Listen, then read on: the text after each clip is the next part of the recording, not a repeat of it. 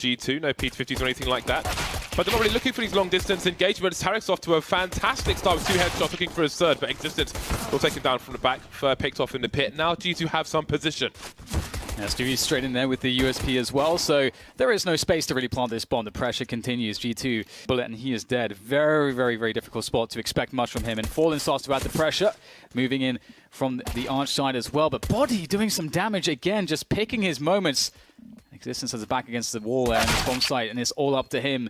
The in-game leader hasn't had the best individual performances. That's what we need to see from him in this matchup. He needs to do it. The clock in a corner. How on earth do you pull yourself out of this situation?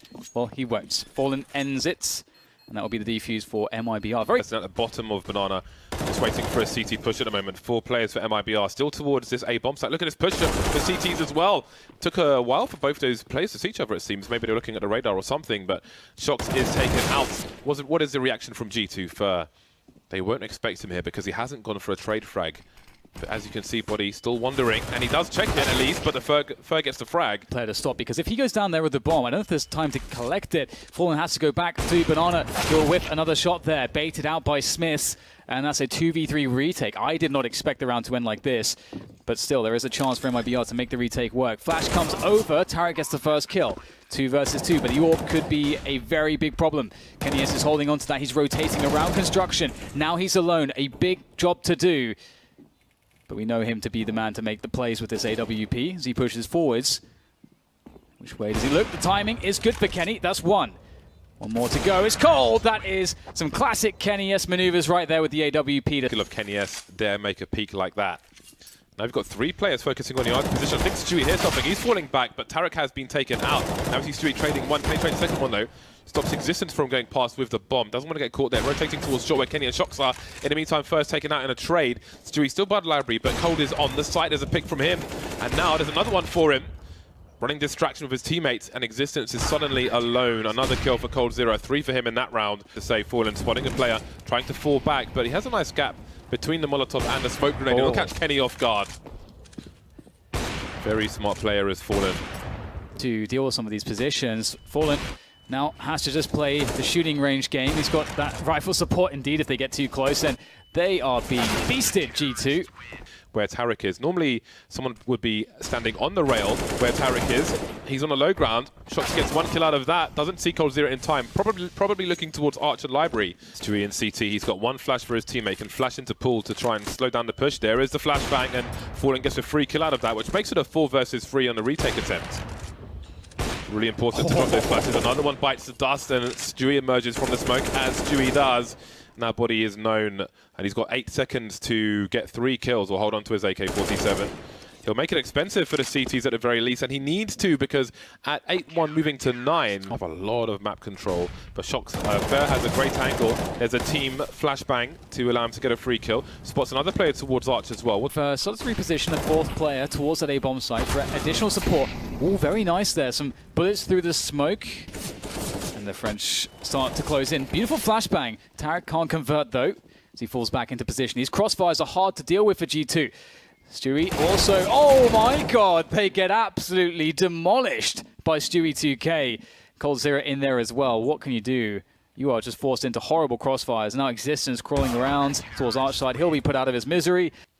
So there's a jump peek to bait the shot. No connection, I don't think, from Fallen. Stewie goes for it. Maybe trying to clean up another pre-fire. Well, that presence on Archside, which Tarek is watching for, is there a path to the B bomb site? Maybe on a split. Things get very weird here. We'll be moving into Cold Zero. He's in a very compromised position. Kenny S is looking for him, and the timing is not good for Cold Zero. And Kenny S will find the frag. Situation. MIBR, though, do have basically unlimited money, though. So yep. they can just try for fun, if nothing else. Yeah, they have very little to lose. Kenny already has an AWP 2. And one thing that I liked there was that Stewie decided to go for an aggressive play. Towards the B bomb site once more. I don't expect MIBR to go for the same plays they saw last time. An easy frag for Cold Zero. The bait set up with Tarek there as well. Very nice indeed. Yeah, it doesn't really feel like they can do much here. Going for an individual play is Shox, but there is just too many players left. Fallen is just buying so much time by not revealing his position. Oh, he misses a shot, but still, Kenny has pressure to go for that plant because of the time. And Smith, oh my goodness, how on earth does he get both kills? And I think MIBR have known it. That actually conditions your opponent to be more passive there, but I have to hold that thought because speaking of being passive, Shox is being super aggressive here, and they've had enough G2, it seems. Some more information, and now MIBR are in a horrible position. Ooh. That's a massive frag from Shox, and again, he is obviously one to watch, especially when he's not in game leading. Now Tarek is alone. The spray transfer won't be enough on this occasion. Weapon collected by Existence. 4 versus 2. It's the last round. They've got to go for it, and Smith is still on the flank. We will get an additional kill. Oh my goodness, that was so close. Fallen chasing for the finishing blows with that pistol. Knows he needs to keep the momentum high, but it's unfortunately going to be stopped dead. Something flashy here. Spots ahead. Going to connect though. It's Body that finishes it off, and that's 1 round at the end for G2. We're essentially looking at a 5 versus 2, although Existence is making a rotation now towards the A site. There's a flash for a balcony burst. Is KNES going to be ready for this? That's a good question. He is completely blind and now in the open and exposed. And now silenced as Stewie and Fallen. Open things up nicely here for MIBR. The bomb will go down, and MIBR are imposing their will at the moment, and you've got to do what you can do. If there's a well-timed flashbang, those CZs can be absolutely brutal. But MIBR, oh, the flash comes in, and it's the CTs to take initiative, but MIBR looking to try to defend, but they will lose Cold and Stewie. This is working out for G2. He's got so many kills through smokes in this tournament so far. And there's another one from Smith. He's got a 3K. He's looking for an eco ace. So I don't even know if you could call this a force buy. It's an eco ace he's on for, but he's fallen off the balcony. That's a huge problem because if there's a peek, oh, KNES through the wall. Okay. Fur knows he had somebody fall, and maybe what cost Smith his life. 2 kills for Fur, but a lot to potentially pick up for G2. However, blocked, but there's a smoke in the apartments as well. Plenty of sound cues for the CTs.